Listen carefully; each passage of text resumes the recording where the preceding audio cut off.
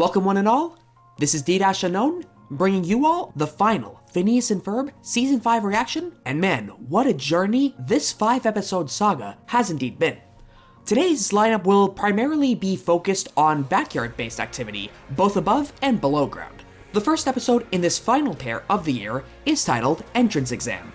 I initially speculated that this episode title could have been focused on Vanessa doing an entrance exam for college due to her submitting an application to apply for college in Duplicated. It was a sound hypothesis, and I still argue that's a reasonable assumption to make, but given the synopsis of the episode, that's actually not the case. Instead, it's an examination of Agent P's lair entrances.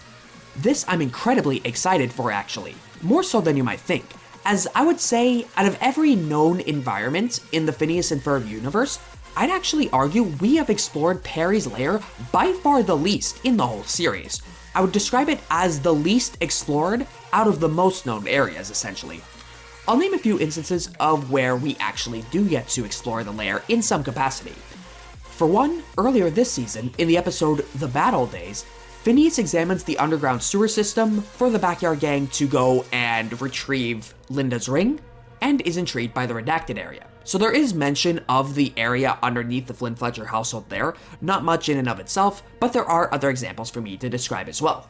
Some activities and certain equipment in the lair do get their spotlight, such as the mind eraser device that Lawrence gets trapped in back in a season 2 episode, I believe. It's the one where Lawrence and Candace do that bubblegum running in the sax song to win the sack race, essentially. It's more apparent that the lair was briefly explored in the second dimension, especially in a deleted scene, where a ton of space was taken up by the recreation of all of Phineas and Ferb's inventions throughout the show's run up to that point in time.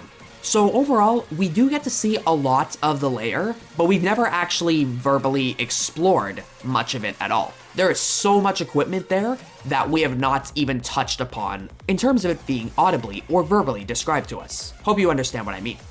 Also in this episode, we also combine lair exploration with mysterious force communication, where Candace will likely be the most existentially driven she's ever been, where she's not only focused on busting the boys, or maybe she's not even focused on busting the boys.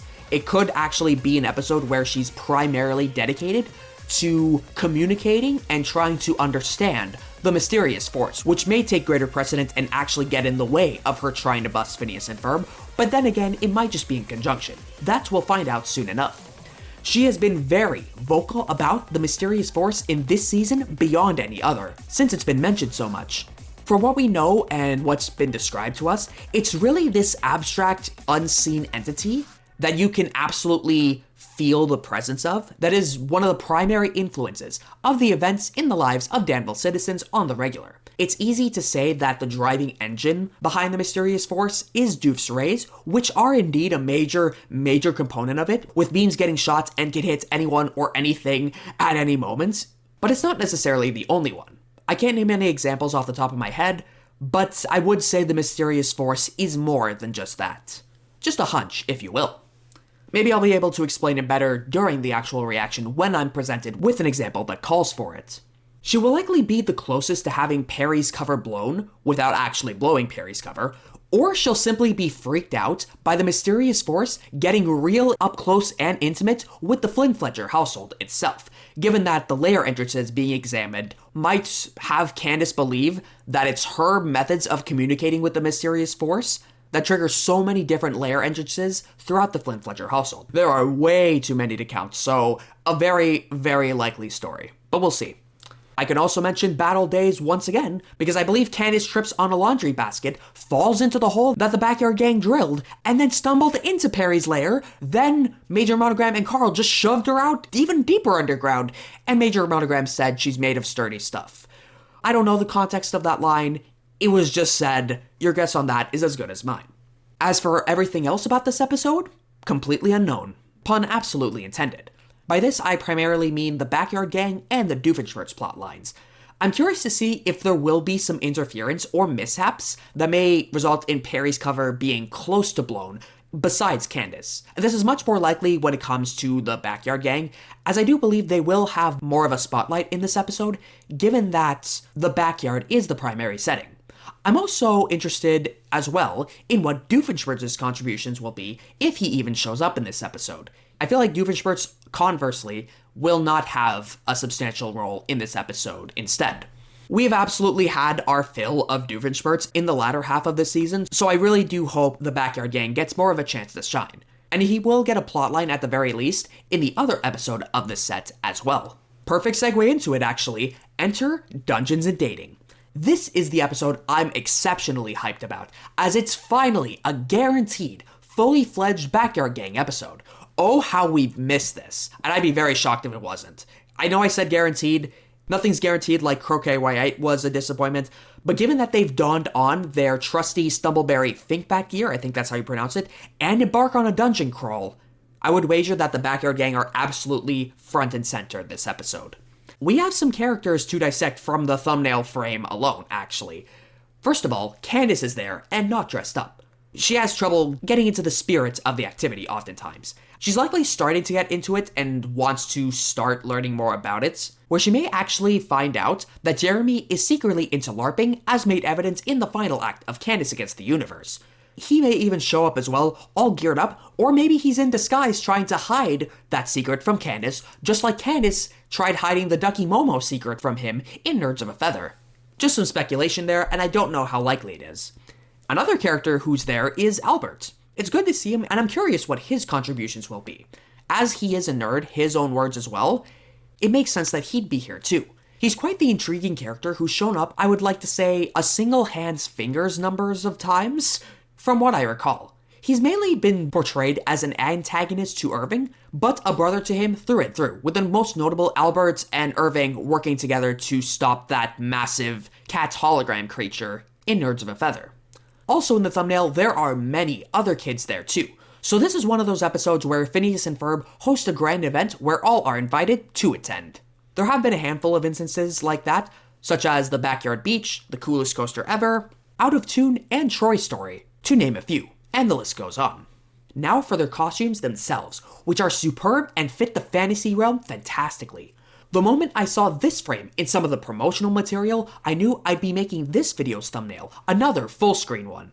It saves me some effort and allows me to make it in advance, which I took advantage of to really enhance the shadows and lighting to both the geometry dash icon, in which I always put at least one of in the thumbnails, applying some lighting and inner drop shadows to the text alongside the gradient fill of the text to give it some 3D texturing, making this thumbnail one of my favorites yet. It's a top contender to be sure.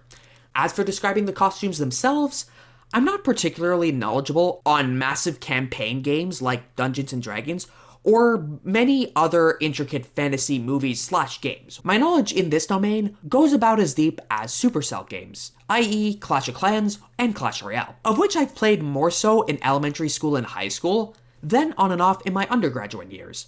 I didn't play these games necessarily at the same time for the most part, but there were a handful of overlapping times where I would play both. The history I have with these two games is quite rich, but I'm not going to discuss it unless the reaction calls for it. Instead, I'll just quickly pop up some profiles on screen, one for each game, for you to view the stats if that piques your interest. Safe to say, I was a relatively skilled player, above average at least, and that's all I'll say about that. Anything that piques my interest in the episode in this regard will be commented on as per usual. And also on this note, and I might as well say it here, I do apologize for being kinda lackluster with actually finding and displaying some definitions to words in the videos. Too often I've said I'd look something up, only to forget to do so in editing. I may make a comment stating what definitions to certain words are to make up for it in previous reactions if I give those a rewatch myself. Also in this episode, because it's titled Dungeons and Dating, we also get insights into Doof's love life. Quite the complicated enigma in and of itself, given the amount of partners he's attempted to date in a decent number of episodes, or has been displayed to us in a set of flashbacks. Maybe we'll see some familiar faces, like the evil love interest back in Shape Platypus, maybe the woman who's dating a whale, and maybe Charlene's there as well, in a similar vein to This Is Your Backstory, given that it is presented as a game show. And that wraps up the final preamble of 2025.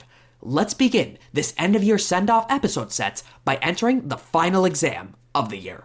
Before we get started, I'd just like to say that I have just surpassed 3,000 watch hours earlier today, and I'm so thankful to all of you we are now 3/4 of the way to this channel getting monetized. And that is overwhelmingly thanks to all of your support on the Phineas and Ferb reactions. So right now I can apply for memberships, super chats, as well as integrate a shop, links to items I could sell.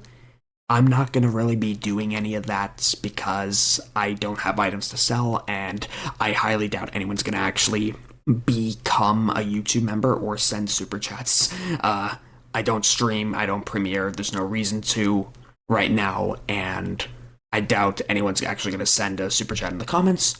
But theoretically, if I apply right now, which I can apply right now, any of you could if you'd like to, very, very soon. It's possible. And now when it comes to the road to monetization, only 1,000 more to go. I don't think I'm going to reach it from just Season 5 reactions alone, but Season 6 is guaranteed and on its way. With Season 6 reactions, we are going to cross that threshold easily. And that's especially because from 300 watch hours to 3,000 watch hours was from these reactions alone. So if an entire season accounts for almost 3,000 hours, I predict we'll get to 4,000 watch hours by like the first quarter, at latest the first half of Season 6, because there are 20 episode pairings, if you will. I know I use the term episode meaning 20 or 40 when it comes to them being split apart into 2 sets, but you guys get what I mean. I've referenced each episode in its set by A and B. So right now we're about to react to 18A and then 18B right after. Both of them I'm recording, I still group them under 18. Those are the conventions that I prefer to use. It just keeps everything more organized that way. With that out of the way, let's dive straight in via entering the exam. Entrance exam, if you will. Let's go. Phineas and Ferb are taking an entrance exam. It's actually better than Paddles instead. Let's go. Ooh, the nice melodic entrance. That's a new one. We have more of a morning lighting this time around. I especially like the little glowing effects. I've used a very similar technique in Microsoft PowerPoint when making my thumbnails. This I can pull off with an inner yellow drop shadow to really just signify that light is coming from a particular place and just shining, glowing along the edges there. So once again, the lighting is superb. The bitrate's not the best on these, but it is still better than Disney Plus, so what are y'all doing? Okay. But still, you can tell from the lighting, the shading, the triangle texturing as well. All of it culminates together. If you've watched my past reactions, you know what the analysis of them are. Really gives the show its distinct identity. Beautiful shot of the Flynn Fletcher household. At various times throughout the day, we've had a lot of time variety and lighting variety this season, more than any other. Debatable when it comes to Season 4, maybe even Season 3. I feel like Season 5 is at least in second place past Season 3. It's debatable when it comes to Season 4, though. Visually, this season is incredibly stunning, though. You have to admit, irrespective of whatever the ranking is, super high up there. Close contender. Yeah. Perry. Perry. I've talked a lot about how Perry deserves better in the first half of Season 5 up to Agent T13. Perry's had some positive experiences, and he's gotten some wins and the ability to relax at various points, as well as finally having a comrade, someone he can depend on via Stacy. Today, though, is gonna be a pretty stressful day for him. Perry. Oh, man. Those arched eyebrows just, like, kicking his arms and feet. Gonna be woken up. Maybe he's just gonna be dropped straight in. Sometimes some of the lair entrances have him actually just literally sprung against his will, like he's sleeping. The basket here could give way. The basket could spring. I shouldn't really say spring when it comes to the indoors. I mean, just like a platform, specifically where Perry's sleeping, gets sprung into action, then a hole could open up somewhere else in the backyard and he could just fall straight down. The amount of lair entrances Perry has is way too many to count, so I wonder how he's going to wake up, actually. Might just be a simple watch beat, though. We'll see. Yep, nope, anything but peaceful. We have a news. Oh, this is great. Something new. So, we have some motion blur this time around. I'd love to see the variety. we've seen so much variety with the layer entrances that I'm not surprised. So many openings. I want to explore more of the layer, man. I really do. We have so many details to look at in the layer that we don't know of yet. But yeah, you can see the smear frames, literally just a still image sliding though in this shot. So good. We go back. And yeah, boom. Right in Monogram's lap!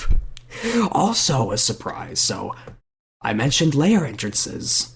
Major Monogram and Carl are actually here. We've seen Carl here. Have we ever seen Major Monogram in Perry's lair? I don't actually think we have. If any of you viewers can name a time Major Monogram was in Perry's lair, do let me know. It actually might just be 1 nickel, which is not a lot, and it's almost weird that it's not a lot, right? Yeah, okay.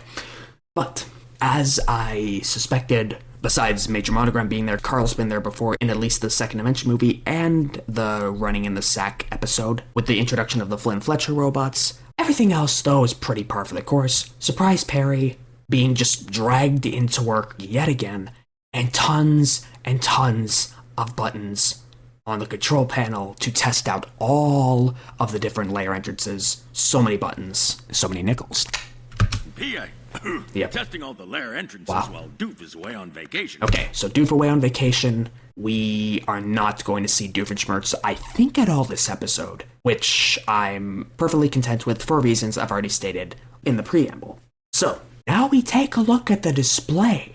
So many entrances and breakpoints, an entire network similar to the battle days. Once again, I'm mentioning the episode. Agent P's Alka lair, underneath the Flynn Fletcher household. So many tubes going in. And also from underneath, coming from other places as well. Because obviously Agent P has to get to his lair in other ways as well. For example, right away in Season 1, Episode 1B, Perry had to go all the way from Mount Rushmore to the Flynn Fletcher household, so just the residents, then go down to the lair, and then go all the way back. Major Monogram didn't plan that all the best, so right from the get-go, this network was going to be incredibly vast. From day 1, Season 1, Episode 1. So many breakpoints, we're going to just let Major Monogram tell us what the red dots are. I'm pretty sure they're mapped to the progress bar up top. Something I'm very familiar with intimately via geometry dash progression. 0% red bar. Let's get it. Yep. Oh! And what else did I predict? Yeah, most of my predictions are coming true. So much is happening. The entire house is mapped to HP's layer. Let's go. So, the counter rises, the toaster rises, and then the fridge opens. And Candace is Candace going to get the motivation to contact the mysterious force? Because now it's just like, in her mind, in the house, just wreaking havoc today. Oh boy, the incompetence of Alka is showing. Like, if we think about an oscillator meme, Alka is going from base to incompetent at lightning pace. My word. I flip-flop on talking about them a lot because they do some amazing decisions. Then they're incompetent the day or two after. They just vibe with whatever they want to do. My word, that's crazy. Candace centered. I wonder what Candace is going to... Candace is going to lose at this episode. I said I wanted Candace's brain to just break. And I said that in my previous reaction video for episode 17. We're going to get that this time around for sure. Let's do it. We're testing all the lair entrances while Doof is away on vacation. Yep. Yeah. Carl got spanked! With the hole emerging from the ground. Every which way. Every crack and crevice could be an entrance in this household, I swear. Spankies. Yeah. Mainframe. Carl be doing the easy work getting spanked around. What? You little miscreant monogram, you. That's what I'm calling you this episode, miscreant monogram. 10,000 feet of tunnel checking each opening. That is a lot of square footage to navigate. My condolences, Carl. Wah. Anyway. Yeah, that frame. Just take it easy. So Perry just has the day off, take it easy. Just the wah. For the most powerful wahs. The most powerful sound effect. Feet of Yeah. tunnel, checking each opening. Wah. Yeah. Anyway, Agent P, Take it easy. Take it easy and enjoy A it. do for a day, yeah. Nice. Okay, so Perry's just out. Perry's piecing out. Major Monogram and Carl are going to work. And Candace is going to go into existential mode. Unbeknownst to us is the backyard plot. We're going to find that out very, very shortly what it'll be. Most likely. I was on the wrong display. Because I turned off the preview on OBS. Damn it, man. At least I caught it pretty early on, which is good. Not going to affect you guys, it just means more work for me. Just like episode 11 was when I acquired higher quality footage. It'll be fun. I got this. Tick-tock, Carl. Yep. Wow. Yeah, just I thought there would be a subtitle to correspond to Major Monogram's vocals. They're just just like literally kicking his feet up on purpose to send Carl through his first tube out of 10,000 feet of tube to explore. Perry the Platypus, what you doing? Is this Stacy? Hey, the platypus! What you doing? Okay, what you doing? Okay, so it's just Doofenshmirtz just vibing on vacation. Alright, I thought it was Stacy. Yeah, guess not. No, just going back up. A selfie will make him jealous. Wow. Time to make my life look more glamorous. Yeah, as per usual. Classic social media shenanigans. I know what we're gonna do. Alright, today. cheers, It's the lemonade. perfect day to create the perfect summer drink. They did a Lemonade Stand episode. Back in season 2, I believe. They just did their cheers. And now they're gonna go to town with a similar project. Mayhaps. Maybe more of a drink variety this time around, though. We'll see. Which is clearly a lemonade iced tea. Lemonade iced tea, okay. Respectfully, I believe you are Oh, mistaken. conflict. It is a T.E. Lemonade. Oh, the squint. Oh, the standoff between Isabella and Baljeet. That is pretty uncommon throughout the show's run. So that's going to be the Backyard Gang plot. We're going back to do the frames, as per usual. You guys know what's up. The standoff. What do I like more? Which squint? The Isa Squinta versus Baljeet? Or do I like it? I prefer, honestly, Baljeet having eyebrows, Isabella not having visible eyebrows, Phineas not, Ferb not, and Buford just always has eyebrows. I think that's my ideal eyebrow to non-eyebrow ratio on a per character basis. We go back. They're gonna just go off on each other. I'm here for it. So good. Which is clearly a Lemonade iced tea. So what's the adjective or adverb, and what's the verb? Lemonade iced tea or a tea lemonade? Respectfully, I believe you are mistaken. It is a T.E. What did you just say? I'm on Isabella's side. Tea lemonade. It gives me chai tea vibes. No, I'm fully on Isabella's side. What else would you guys expect? Isabella's written with a more grammatically coherent convention. No contest. Sorry, Baljeet. Gotta have quench. Okay, so first of all, Buford slamming it down. Gotta have quench! Just slam it. Wow, so this is your big project for the day? Quench! Yeah. Tea to lemonade ratio. Similar to the beginning of Deltarune Chapter 4, where you have to do the red-yellow fruit juice combo in the church. Then you give it to Alphys, or you can choose to not give it to Alphys, and just chuck it on the ground right in front of her. I wonder if we're gonna get anything similar to that in this episode.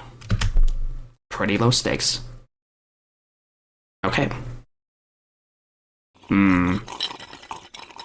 Yeah. Shall we take it to Yep. Buford went with the quench. They have their sly brows, Isabella and Baljeet. And then we have our classic Phineas optimism. But we're gonna go back again. We got frames to analyze once again. All up in that jar. Really taking in all that quench.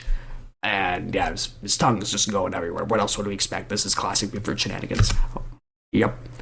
Yeah, no. Disgust. Yeah. Quench! Okay. We're gonna figure figure out the perfect beverage ratio, Got we gotta complex make math enough there. for everyone. Gotta make enough for everyone, so it's just supersizing, yeah, of course. You did a lemonade stand for everyone in Danville. Now we're just upping it with iced tea in it, and man, so many supersized food ingredients. We don't have to worry about any more Red Bull hot tub, though, for the rest of eternity. So, I wonder what Buford's next gag will be, but we're saving that for season 6. Interesting that the house has just a massive wall here with no windows. I thought there would be. This looks a little off, and the house looks a little more stretched, which I wouldn't mind if there were windows. It's just a very slight nitpick. Isabella, you have an amazingly nuanced palette. Let's freaking go! Yes! This is a pretty sizable Finabella crumb. It's more than a crumb. It's between a crumb and a nugget. Maybe we could say it's a glass. A Finabellic lemonade glass. A compliment from Phineas to Isabella. We'd love to see it. It's been a while since we've had anything more than a crumb. And by crumb, I mean just screenshots of them standing next to each other, which... Finabella shippers are so desperate. Not me, though. I understand the value of patience. Alright, we go back. We get these frames. Okay. So it's just, yeah. It's just blinking. Like, you can go on pretty much any frame where Isabella's blinking, looking at Phineas, and just assume she has the goo-goo eyes for him.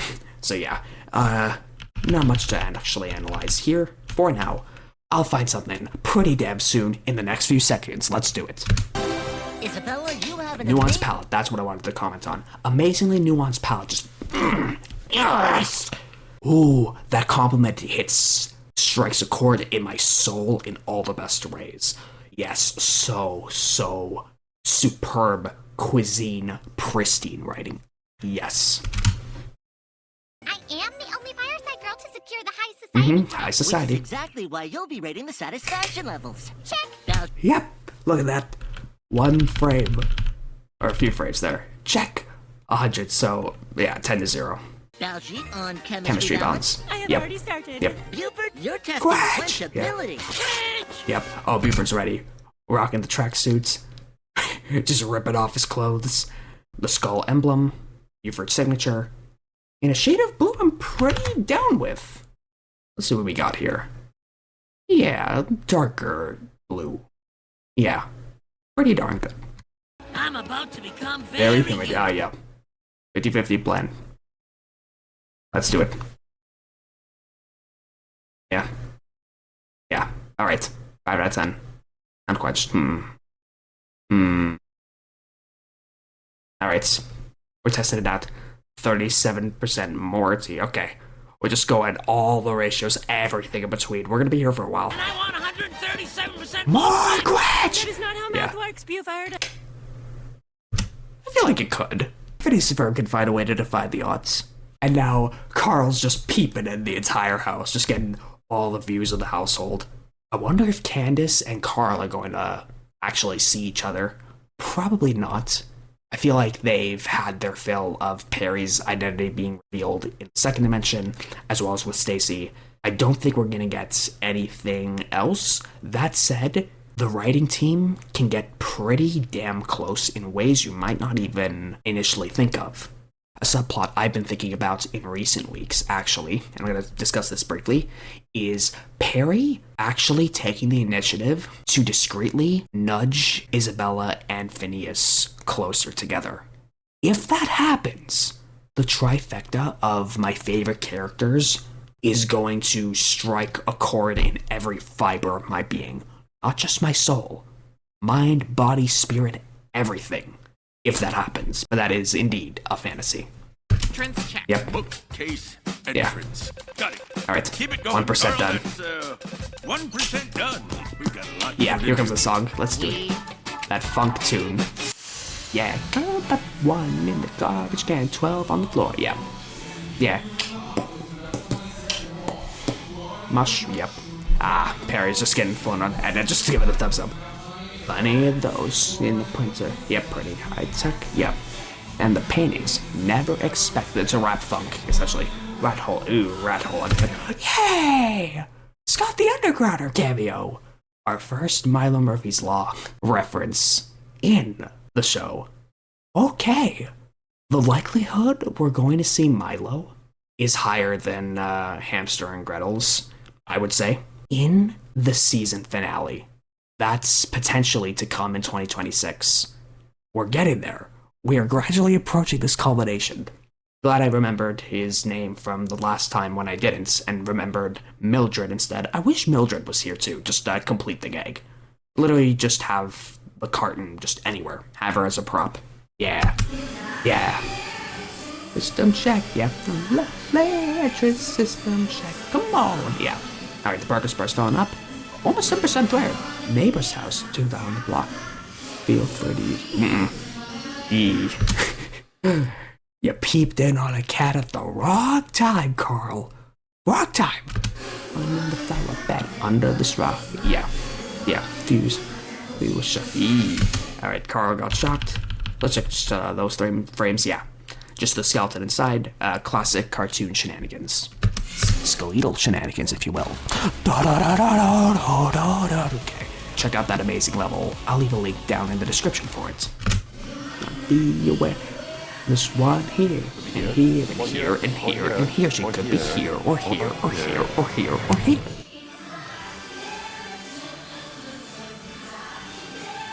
Monogram's just having a blast. Let's check out all these frames. Yeah, just look at the Carls. Look at all the Carls. Anguish Carl. Let's see right there. Yeah. Agony Carl. Magician Carl. And then pull-out couch Carl. Yeah. Yeah. And then Carl's just now. Just in the backyard? The backyard gang's right there. What's that? Why would you do this during the day? Why would you do this during the day? Ceramic duck. And I just back it. Yeah. I think I'm stuck. Yeah. And it just ends. Yeah. That's it. And now. Ooh. Okay, so I saw a screenshot of Ferb writing down on an ice cube down a slide. It's ice for the iced tea. That's our answer. And Ferb's just waving. Flipping in. Fantastic. Yep, of course. Alright. The mysterious force would just take this all away, and it's the lair entrances this time. Yeah. I'm a force to be reckoned with. Ooh. Yep. The voice of the mysterious force is none other than Miscreant Monogram or Jeff Swampy Marsh. Let's go. If we were to give a voice to the mysterious force, his deep, booming cadence suits the mysterious force perfectly. Phenomenal work. Let's get it. Yeah. Yeah. Yeah. Yeah. This is great.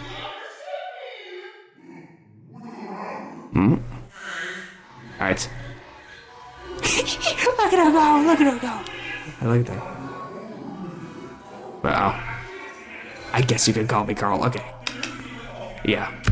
That's the zebra.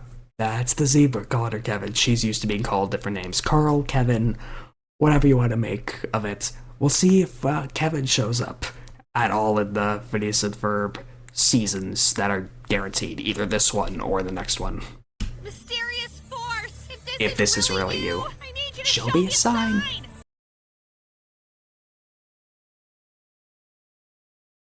Ooh. Boom. Ah, look at that. Look at those sparkling eyes. Those beautiful sparkling eyes. Ah. And this goes for all the characters, by the way, not just Candace. Anyone who has the pleading eyes, they really, when it comes to the texturing of them, you just add more white dots, and then you just make them jiggle around a little, and it's just, it's so beautiful. Every single character who has the pleading eyes. We're going to see it with Isabella. We're going to see it more with Doofenshmirtz. Let's go. Yes, yes, yes. Yeah. Stacy! Just calling Stacy over. Yes, Stacy involvement. And Stacy's gonna realize it's Perry's lair entrances, and she's gonna have to keep Candace from finding out, which means she has to play along with the mysterious force bit. Yes! Another phenomenal episode, yet again! Banger after banger after banger, with the exception of a certain croquet Y8 plot. You gotta get over here. Contact me through the bathtub, yeah. That's a new one. Yeah. Oh, bingo! She got a bingo, let's And yet go. This is not the strangest Not call the strangest I've call. gotten from What you, else would we even this expect? week. Be right over. Let's go. She's on his way. She was on her way. Ah. Alright. Yeah, everyone's sweating. Everyone's getting so locked in. This is one of the most intense backyard gang plot lines for them, interestingly, of the entire season. A fine vintage, but I'm still not satisfied. Yeah. Look at the vibes there. The droopy-eyed Isabella. Quite common throughout the show. Just so good. Also strikes a chord in my soul. And then we got Phineas mirroring that same energy. Yes. Am I detecting Yes. coarseness Look on at that the snarkiness, yeah. My tongue Yeah. still accepts. Pass. Ooh. Hi, Stace? Did Isabella call Stacy Stace? They all said hi. Very nice to see. Let's go back. Yeah, Stace, yeah. You're mesmerized by it. Hi, Stace. So yeah, Isabella said hi, Stace. So, because Isabella is great friends with Ginger, obviously, she's a part of her troupe. It's only when it comes to saying relationships, you have, you know, like your typical fathers, sisters, friends, dogs, cats, like just going down that chain of words. It's really just friend, sister when it comes to Isabella. And then when it comes to the Flynn Fletchers, it's sister's friend. Pretty simple. Alright, and now, this frame is so hilarious too. That almost circular mouth, where the width and the length are close to being the same, and then lines under the eyes to really signify that expression. We go back and let the scene play out one more time. Let's go. Mysterious force. Oh wow. Another frame. The best Candace still frames work from Doof in Retrograde. This is a contender for top 3 or at the very least top 5. I have to take off my robe because I'm also getting hot and sweaty in here. Temperature changes, it's November, the furnace gets blasted way too intensively sometimes. Temperature fluctuations, I got my flu shot, I should be good and fine and dandy. Consider getting yours too, I would highly encourage it. Let's move forward. Listen, so speaks. We have a whole mapping letters to bathroom tile situation, yet they go over the curtain, and the curtain's behind the tub, I assume it's circular. Mr. Miggins as well. And we got another shrine! Stacy built a shrine. That look of anguish. Stacy, you've done the same thing. That said, Candace is doing it like orders of magnitude more intensively than you are. Stacy, I kinda understand why she's rather disturbed. That said, is this the weirdest you've seen Candace all week? There's the calls, but is there the actual seeing her? That's a whole different ballgame, for sure. Mysterious force. Yeah. Come here. Listen. What am I listening for? Your sanity saying, Yeah. Candace, Find me. Yeah, it's the sanity. Yeah, okay, so all the locations, every place. Reveal thyself.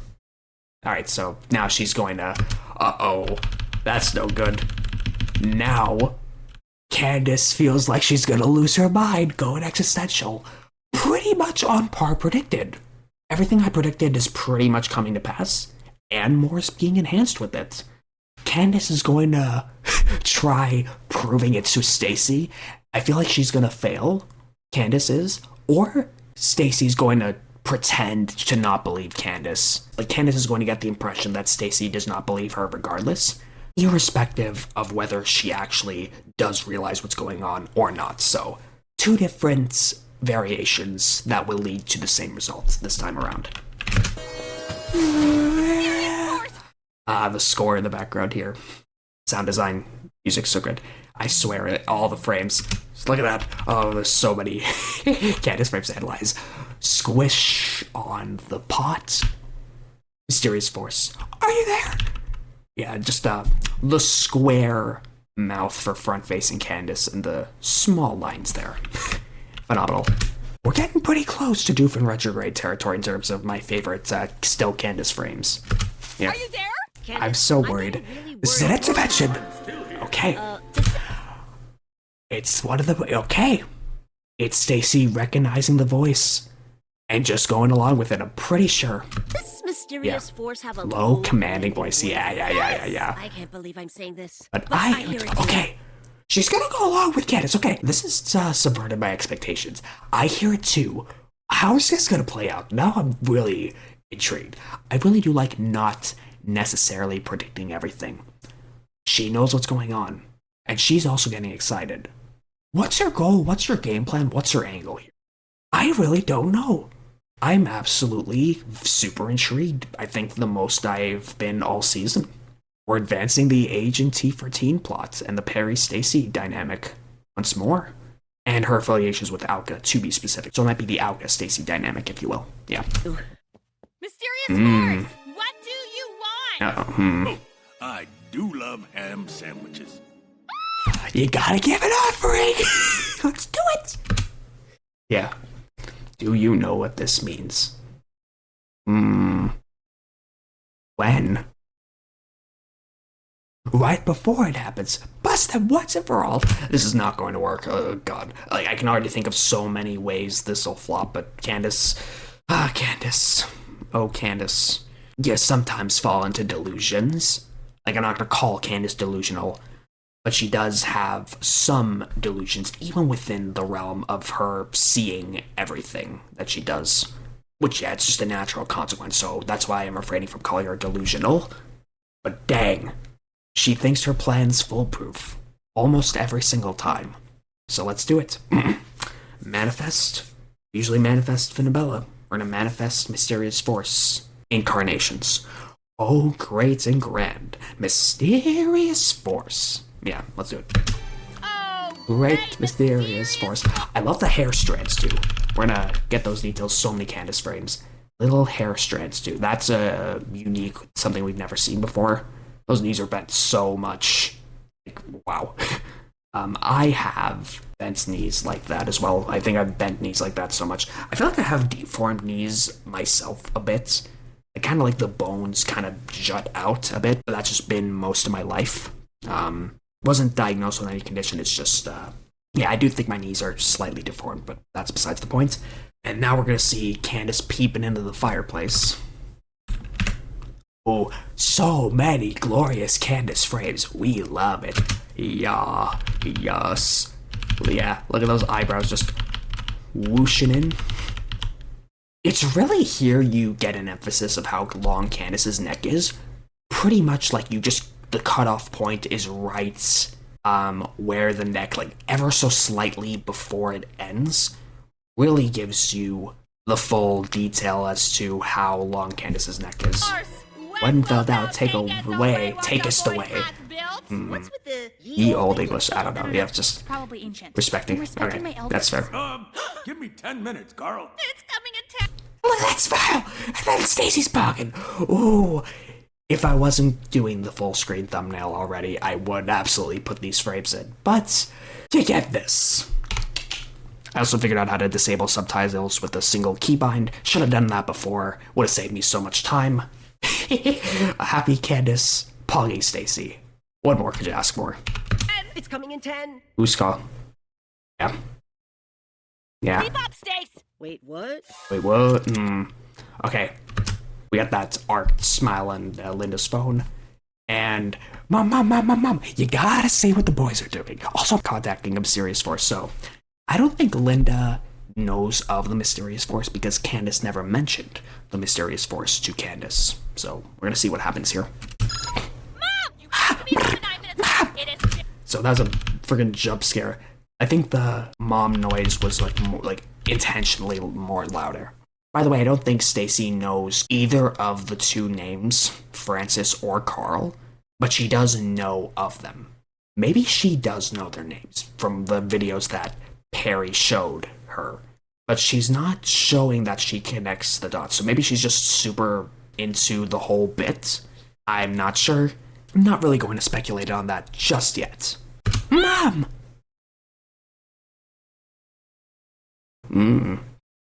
Keeping it fresh.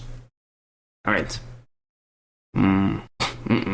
Carl, Flynn Yeah. Flemings are on their return run. The kids being in the backyard's fine. The teens exploring the house is fine. But if the parents come home, you gotta wrap up testing. Flawless logic outcome. Flawless. Absolutely nothing wrong with this logic. Not a single bit. Any rebuttals you have, I'm gonna vehemently defend them to the ends of the earth. And especially to not just a fault, but all the faults in the world. The galaxy, the universe even. What are y'all doing? The incompetence is so strong with this. Oh my word. Stop that tomfoolery. Wrap it all up. Yeah. So hot and thirsty. Pour down some lemonade. Here we go. Prevent it. Just ignoring. Okay. Work on vacation. Doing evil. Okay. Alright, so Doofenshmirtz. Just cut away to Doofenshmirtz. Gonna be real, I don't know how much this scene's going to contribute unless Doofenshmirtz shoots a beam that somehow gets all the way back to the backyard, as it usually can happen. I don't know. This is the, oh wow. The score of this song is the underwater creation during the Hawaiian vacation episode. Creation, vacation. Another rhyme there. Yeah, classic stock crying sound effect. Yeah. Bring me a drink in there, okay.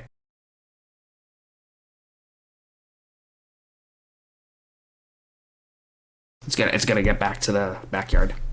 Alright. Oh no. Everyone's sweating. It's a pretty hot day. Look at that. Look at all that. Look at all that, yeah. Pensive Phineas eyebrows. You know Isabella's fatigued when the bow droops and just is flat and just laid out across the very flat surface of her head there. Ferb's just vibing though. Yeah, it's just everyone's getting too hot from it. Yeah. Right. Punching. Faded. Buford's faded. Buford's faded! Faded fast! But he's rolling though. He's rolling too. Isn't Isabella more like is in anguish? The agony, the anguish. 5-6. Yeah. Maybe satisfaction should be rated by someone less picky. Uh-oh. Respectfully. Here we go. Oh, you got it, Becky. But the feud's back on. Let's go. I'm fully on Isabella's side. Your wordplay, right from the get-go, Baljeet, your wordplay flopped hard. Yeah. Are you calling me Picky? Oh, she's getting sassy. Respectfully. Well, the paper...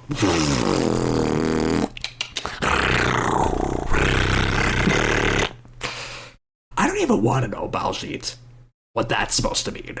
I'm not going to comment on it. But this is just how I get when someone insults Isabella like that. I go very, very, very much mask off. So yeah, if the pink ball fits. Respectfully. Well, if the pink ball fits. I think the heat's gotten to you guys. I'll do it With this all thing, due yeah. respect. Phineas is conflict averse. There will come a time where he won't be able to. Those eyebrows too. The bit rate's kind of making it a little difficult to see, but you guys get what I mean there. Standoff between Isabella and Baljeet as per usual, and yeah, Phineas is very conflict averse, trying to make sure everyone gets along, everyone has the best day ever.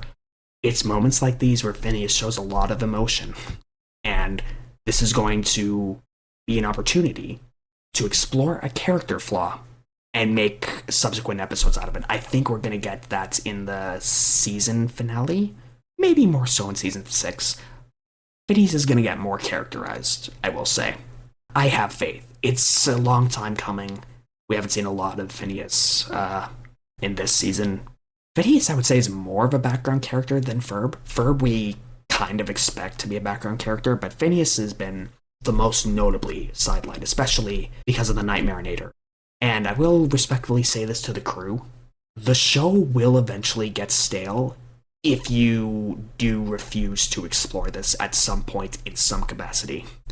Saving it for the specials you've done thus far phenomenally, advancing Phineas' character in that regard, although always going back to the status quo as well, but Phineas retains lessons learned.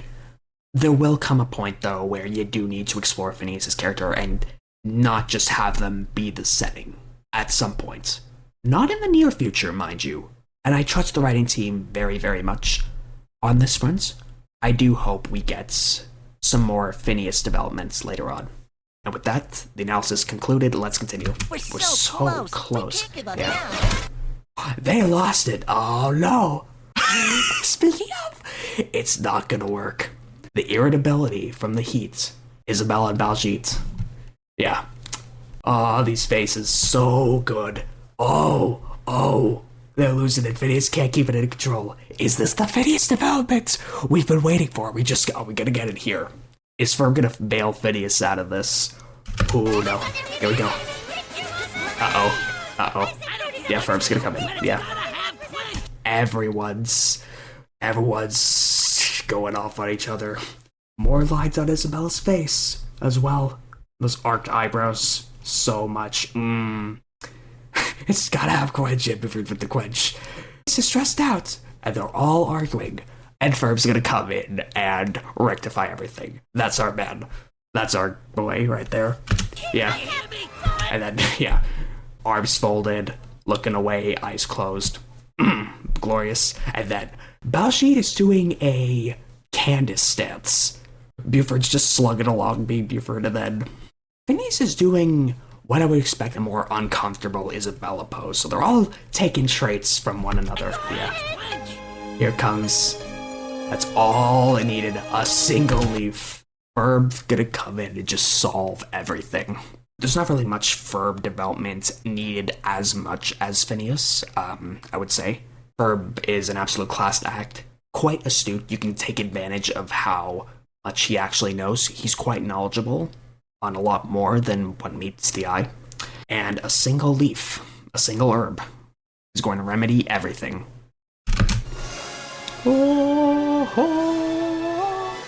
And that's it. Yep. I saw her pupils dilate. 2 additional dots. Beautiful.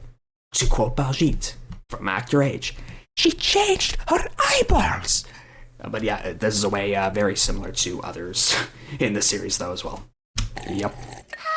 10.0. Yes. The perfect summer beverage. Ferb's got it. All the quench.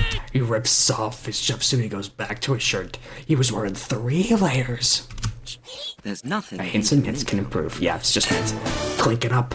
And then just flood it all in Danville. Let's go.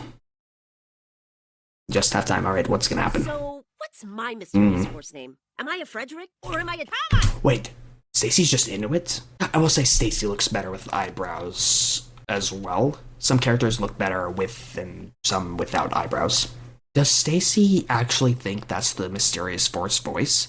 Because she's kind of giving mixed signals here. I think she knows that's Major Monogram. Miscreant Monogram. Actually, I'm going to stick to that name this episode. I feel like she does know, but still is either playing along or is actually getting into it herself. Yeah.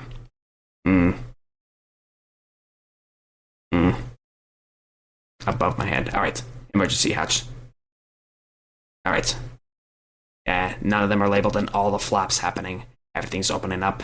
Yeah. Uh-oh. Neither of them saw it. I thought Stacy might have. And now they're just doing a lemonade stand up front, which, yeah, once again, among the lesser of the bustable inventions. Yeah. Oh, look at you kids. A little stand. Yeah, Have a glass, Mom. have a glass.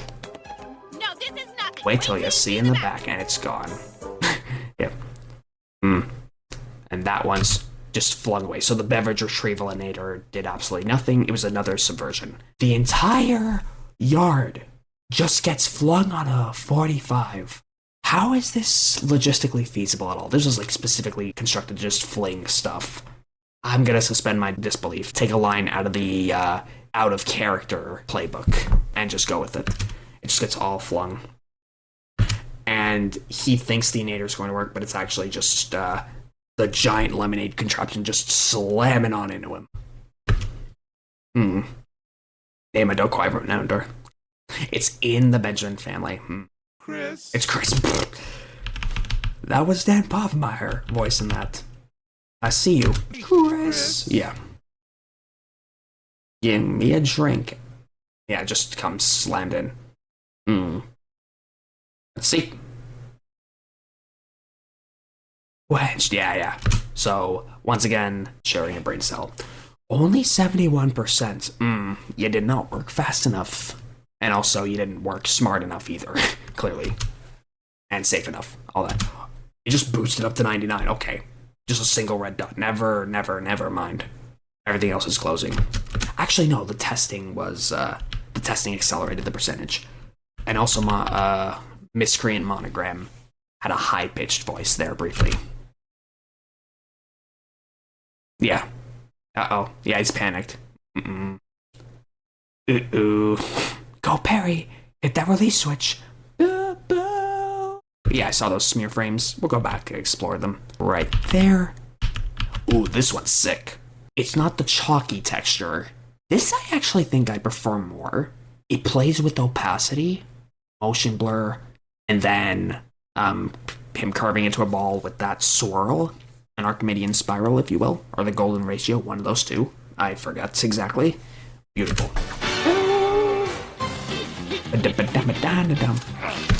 Barry just gets suddenly super buff! Again! Just, yeah. Every single frame just gets yoinked down. Look at that. Yeah, it literally just for the bits. Just suddenly gets super buff. And then slowly down. Yeah, it gets fallen down. And everything's gone.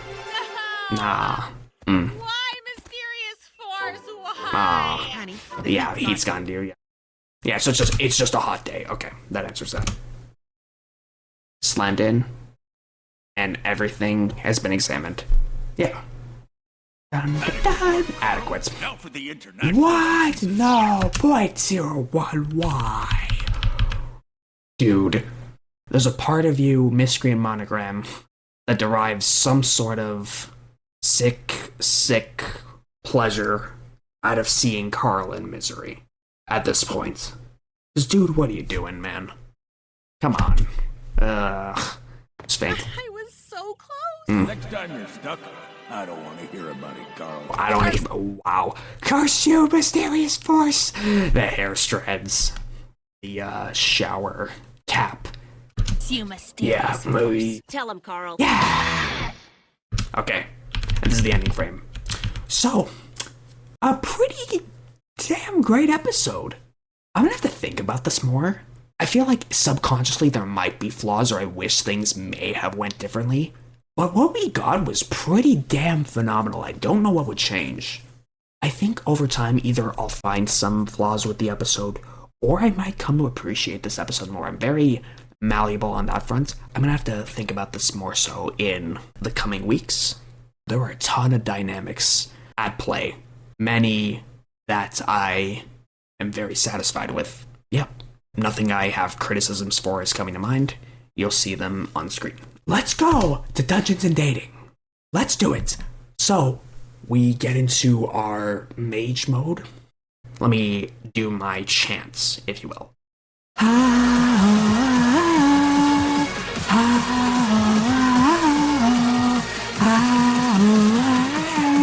The last episode begins tonight. Let's go.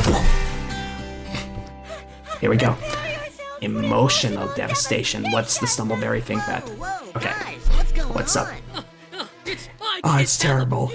I posted a comic similar to this where Space Adventure got cancelled. It's terrible. All of them are going to be devastated.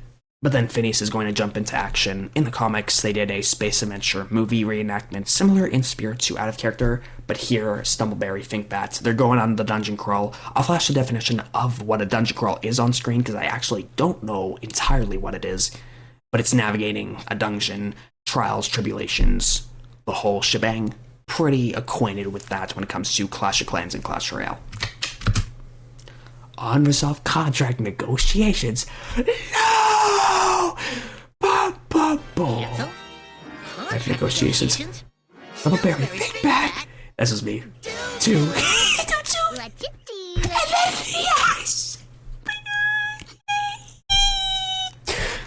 Wow. this is how I responded. So a lot to dissect here. First with Phineas, the what you doing can wait, save the best for last. Go with me on this, guys. Please go with me on this. The way Phineas just said all that is exactly how my 8th grade self, my 7th and 8th grade self did. It was in Clash Royale's infancy. The first year I was in the 8th grade, which is technically the last year of elementary school, where I am in Canada. The equivalent to end of middle school in the States in some areas. For me, it's elementary school, grades 1 to 8, and then high school is grades 9 to 12. That's just how it is here. Yeah, nothing more to say there. And then Isabella approaches from the other side, saying, what you doing? We get another cutesy, what you doing pose. While I do have an appreciation for increased lines to show expression, I prefer Isabella like this, without eyebrows, without lines underneath, big pupils, a pose like this. This is superb, exquisite, chef's kiss, if you will. Respectfully, of course. Secondary feedback. Yeah, I was right about the pronouncing. Okay. Yeah. Swaying one leg like that's so good. That's exactly it. Like, they really nailing her body language when it comes to her what you doings. I will say the quality of them is pristine. Doesn't quite make up for the lack of what you doings across season 5 thus far. But it's something. It's something. What we're doing is never Forgetting the ending of Stumbleberry Think Bad. That's what we're doing. They're canceling So, the show right before the final right before the final. You can't do that, man. Phineas is gonna go into quite the panic, so he's gonna do the reenactment to bring the final episode to a close. Way to cancel the show before the final episode. Looking like you corporate execs in the entertainment industry, because y'all are absolutely not above pulling that shit. I'm gonna have some rather particular words to say to Disney at the very end of the reaction set of Season 5, Episode 20. Stick around for that in early 2026. Yeah, the anguish in Phineas' face, too. I don't think I didn't see that. Yeah. Since season two of Stumbleberry Think That. So I don't know how long that lasted. Goblin's filibuster. Okay. Do we get a front face Phineas? We do. We got another one. Let's go. I haven't caught them much earlier on. I don't plan on meticulously catching every front face Phineas. Probably see more of them as the seasons progress. Yeah, since season 2. Well, when my favorite series, The Goblin's filibuster, so it's a different one. I made an undisclosed Amount of fanfiction! Oh, wow. Undisclosed amount of fanfiction to hold the over. That's crazy. Let's play that line out in full. Very particular Phineas and Ferb fans who love Isabella, myself included. Many fanfic writers are gonna have a field day with that. When my favorite series, The Goblin's Filibuster, ended, I made an undisclosed amount of fanfiction to hold me over. Define undisclosed amount. Undisclosed? Come on. That means I don't disclose it. Yes! Baljeet, I'm sorry. There are aspects of Baljeet's intellect that are just rather underdeveloped. This is what I mean about intelligence in multiple forms, once again. Undisclosed means undisclosed. You do not question how much fanfiction one writes. Very naive fandom culture transgression, that's the word there. You take your pensive, front-facing self somewhere else, but bring it back here for when we do the reenactments and the dungeon crawl. Isabella has every right to be in that pose. Every right. Do it ourselves. Yep. Ferb, I know we're gonna do today. The core trio are just going crazy. Isabella wouldn't know how to handle a circular saw, just like look at that smile. Also, we got a line, an official, we know what we're going to do today. This is what many of the fans were saying was lacking. Go full throttle with the dungeon crawl, let's get it. Dungeon crawl. Okay. Yeah. Imagination. Wow. Building dangerous, possible things. Look how fast they work. Pan away, pan back.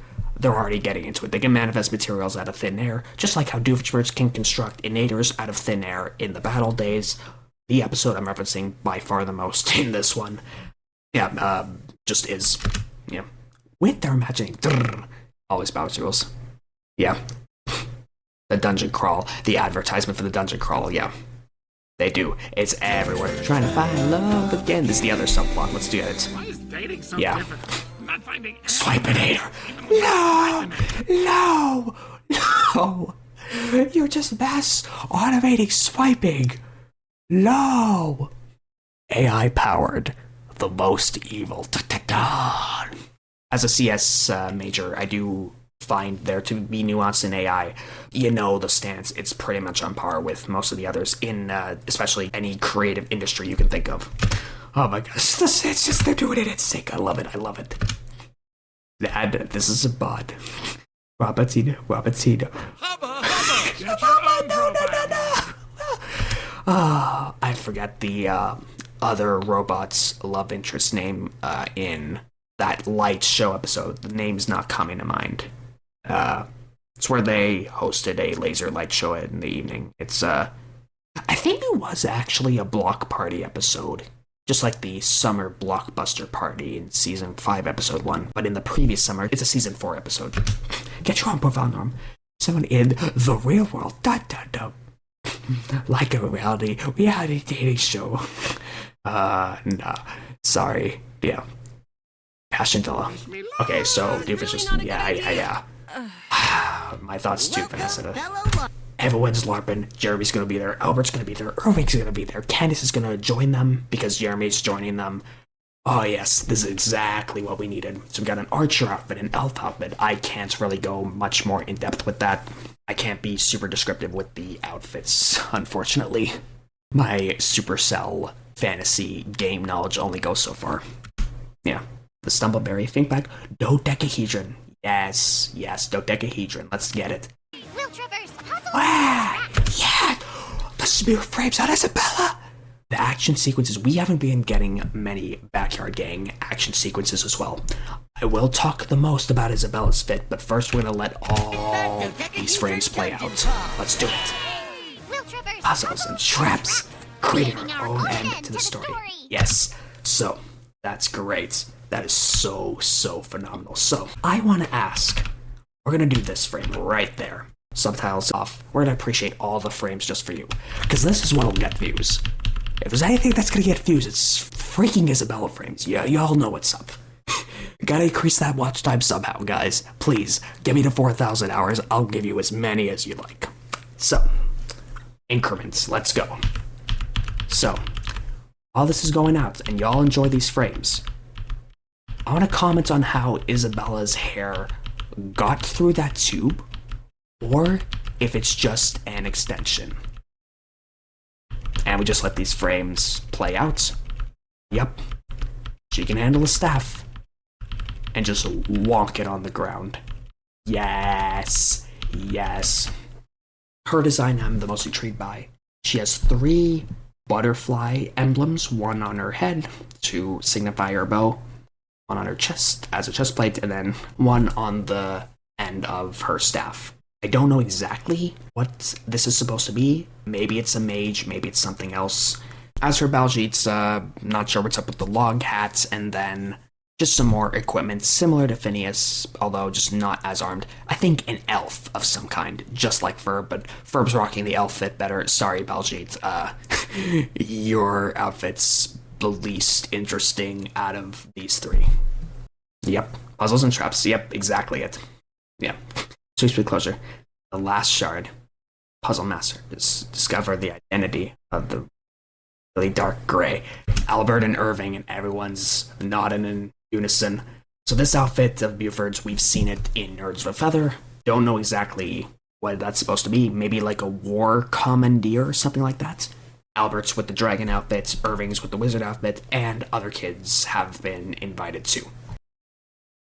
And the man in really dark gray. Everyone's nodding in unison. Let's go. Come to LARP with us, Candace? Ew, no. But if I'm Yeah, gonna blast you okay. for this, then I can't let you out of my sight until I'll you get come some. home. Okay. You've let the Backyard Gang out of your sight so many times. I don't buy that, Candace. You're kinda into it. Maybe she secretly does know about Jeremy's LARPing. Maybe Stacy told her off screen. But she's not gonna get dressed up though, so yeah, let's go. Yeah. Yeah. Baljeet's leading it. Alright, Baljeet, go off.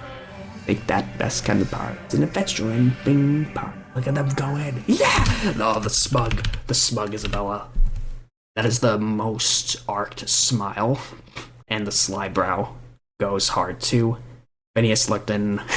No eyebrows, curved mouth like that. Always amazing. Love that Phineas face. Buford's menacing. Ferb's got a sly brow too. And then Candace is just having the head, that apostrophe looking head just tilting on in. Let's go. Yes. Yeah.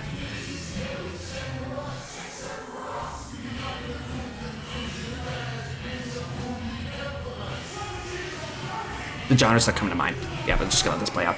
Left, let's go! Yeah! Ooh, yeah!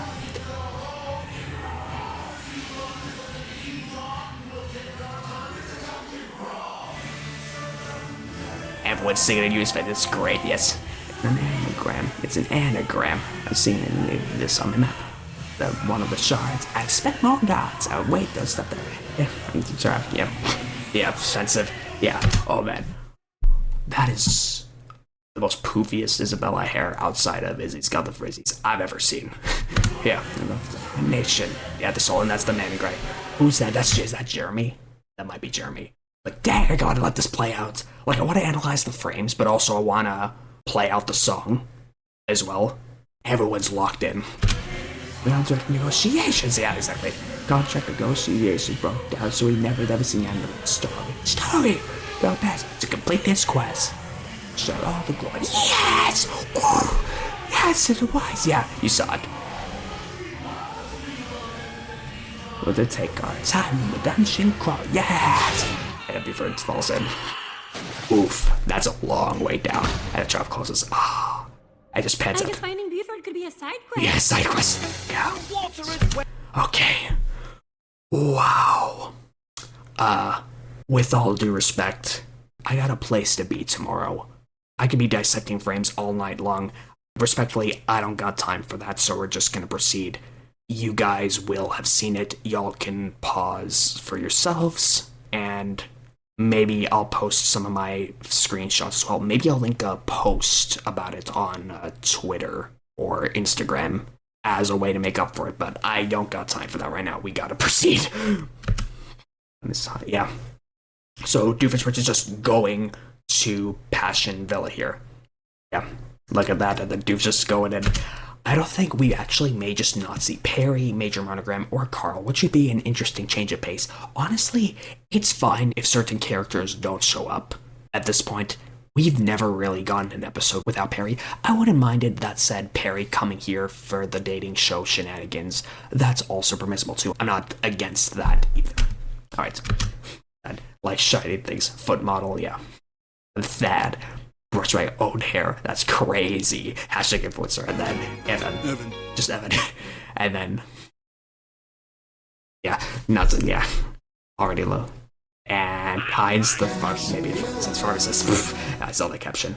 Look at him go. Yeah, they're gonna go and find me for it. They're going down. This is so good. Yep. Four prong fork. Yeah. All 4 tunnels, yeah. Those frames from the promo material. Yeah, look at them. Yeah. That's getting, Speaking of screenshots, I will be taking that. They got the goo eyes for one another. Let's get it. Yes, let's get it all. We are mass consuming it all. Yes! E-S. 2 syllables. Ooh. Yeah. What's gonna happen now? Yes. And that's the lava trap, is that? There's no way that's actual lava, right? It's gotta be reenactment. Yeah. Triangulation. Isabella's got the covered. Come on. He's got it. Yeah. Everyone's going in. That's Fashion Villa transitions. A very stark contrast from bright, blaring, superly saturated Passion Villa with the more dark and ominous colors of the dungeon crawl. So good. Yeah. There's stand, yeah. Words cannot express how little I give a crap about any of this so much, but I'm here for just Doofenshmirtz. We're letting this play out. I want someone It's full of themselves. Oh my god. There's barely room for me. That's scary. Someone to help take The over tri-state the area. and Make me. the guys stay there. Yeah. Is Vanessa watching it? Yeah. I can't look away. Yeah. The sibling dynamic between them two. Yeah. Yep. Prettiest thing ever. Yeah. The man in gray. Here we go. Yeah. My friends. Yeah, Candace. Yeah. Honestly, go off Candace. I love this change of pace. Rather than Candace being the vessel through which all of the pain and anguish gets inflicted on her, she deserves to have just the most alluring or farming vibe I've ever seen, rivaling that of the Roaring Knights from Deltarune. Go off Candace Flynn. Yep. Yeah.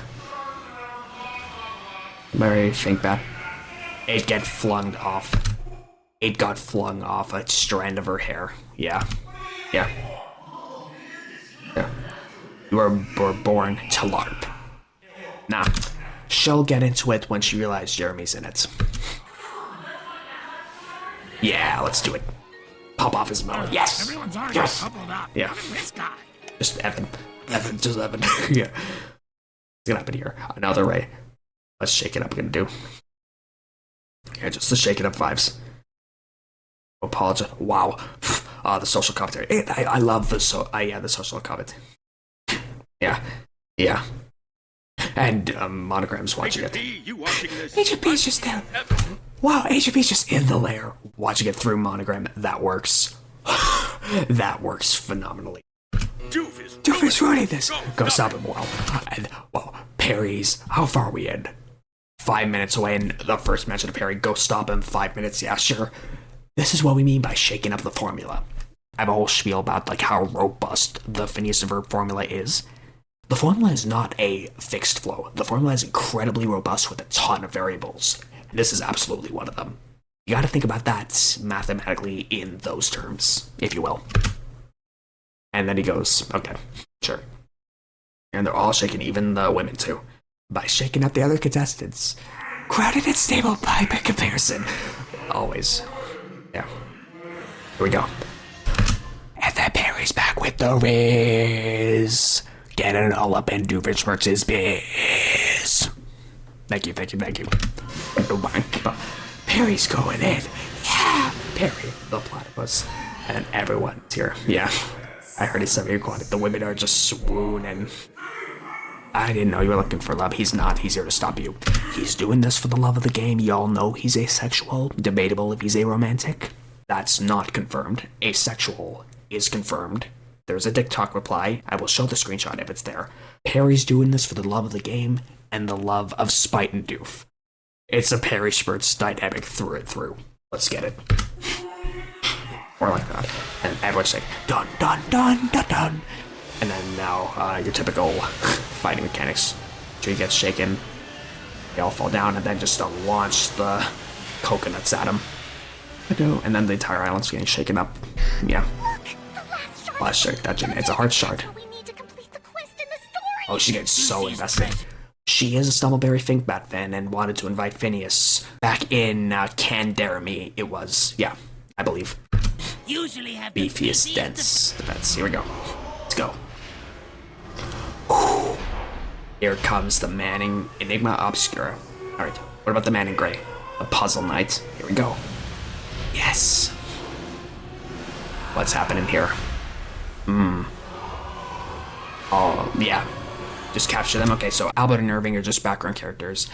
That's alright, I suppose. And it's just the core backer gang, and then just a very stock but small Candace pose. Yeah. Yeah. Dude, go Ferb! Go Ferb, and wow. Defeats Obscura rather quickly. Yeah. And all the pieces fall down. Ferb's got it, of course. What else would we expect? But no, not necessarily. now the other parts of it. Animatronics. Wow. Go off, Isabel! Fight him off with your staff! Fight him off with your staff! Yeah. And Candace is just going to completely just body all of them without even trying. She'll get into it when she realizes Jeremy is into it once again. I'll repeat myself on that. The switches are monetized. Yep. I'm on a switch. Let's go. Let's go. Yep. Get him. Get him all! And then, now this. Candace is actually a little afraid. Dude, nah, she's got it. Ooh. That's Jeremy, the man in gray, that's Jeremy. Yes, she's gonna find out. Yes. Another platinum episode. Yeah, one of the best in season 5. It's still Dragonfest is more so my favorite, but this is pretty damn close. Not that far off. Not that far off. Here comes the man in really dark gray. That's Jeremy, that's gotta be Jeremy. Come on. Let's go. He's getting into the LARP. Come on. That's gotta be Jeremy. Go. Yoink that gem. He's gonna get into it. Wallop that gem in. And that's it. GG's. Yes. Woo! Yes. Of course. No way. And that's it. See that coming. Yeah. Yes, exactly. I came over LARPing. Yes. Nah, she's into it. This was so fun. She's not gonna want to bust them. Fantastic. This is how it ends. And then, yeah. Freakishly long neck princess, of course. Yeah, of course. That's not new. Candace, come on. The Shard of Darkling Tower. Defeat the boss all night. Okay, she was so much, whatever. Lower eyes, yeah. So, we did. We love closure. I love closure. This episode provided utmost closure. What a way to bang out the final episode of 2025. And the last one in the saga. I love it. But we're not done yet. Yeah. Reflect back and then do switch 6. Beams reflecting. What else is new? Yeah. I love the competition. Wow. Yeah. Shake things up. It's over. No effect whatsoever. Nice Irish voice there.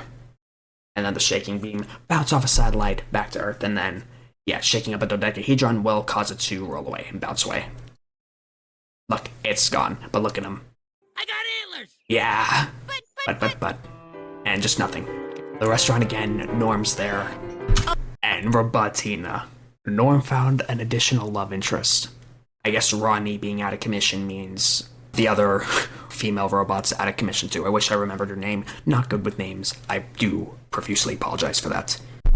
Oh, hi. You must be Norm. Robotina, just no eyebrows. And then actually, LARP as a robot, so yeah. I do Just LARP woman. as a robot, Yeah. and it looks like you do too. Yeah. I've been Human human fish. fish. Ah, damn, and that's how the episode's gonna end. Okay. Rip to Norm. Bam! And that's how it's gonna end. Yes. And then this is just the same song. Another bop of a song. It's different. This is like a bop, funk, swing, rhythm song. And then a more intense, the name of the genre is not coming to me, but it's just a super intensive, just focused, locked in, fantastical fantasy element song.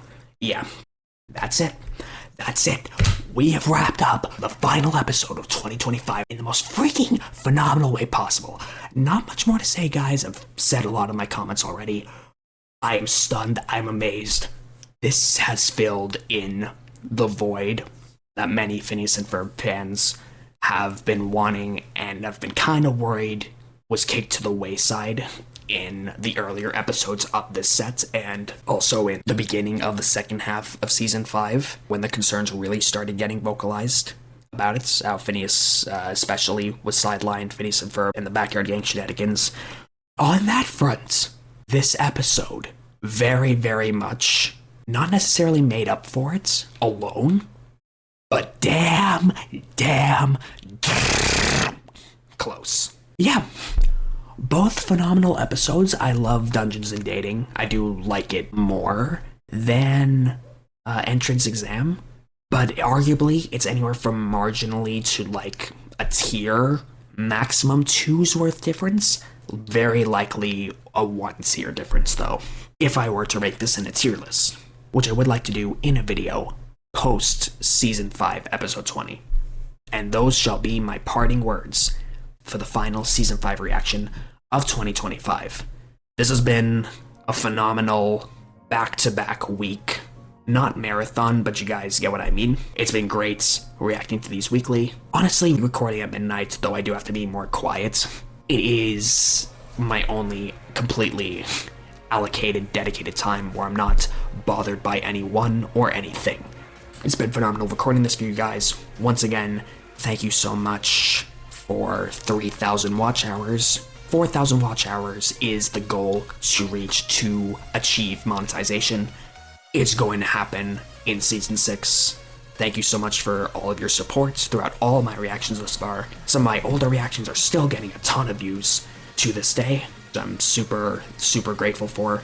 Really glad I was able to deliver the pristine quality that all of you Phineas and Ferb fans deserve, and allowing those who don't have access a way to access the episodes. And in return, I do hope to give as much publicity to this show as I possibly can under my online identity.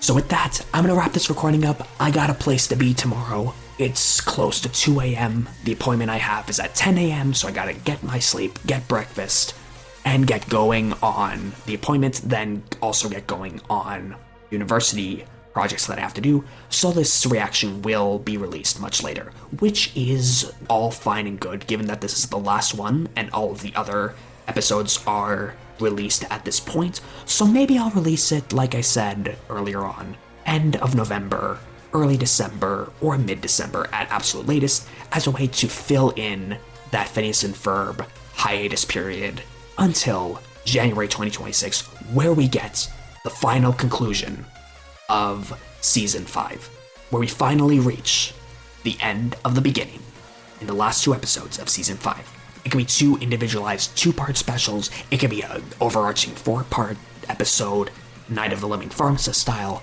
We're not going to speculate on that here. That'll be in the preamble of Season 5, Episode 19, when the title and then later on the synopsis come out. And boy, it's going to be a lengthy one, I imagine. With that, thank you so much for watching. Take care, much love, much LARPing, stay safe, and peace out.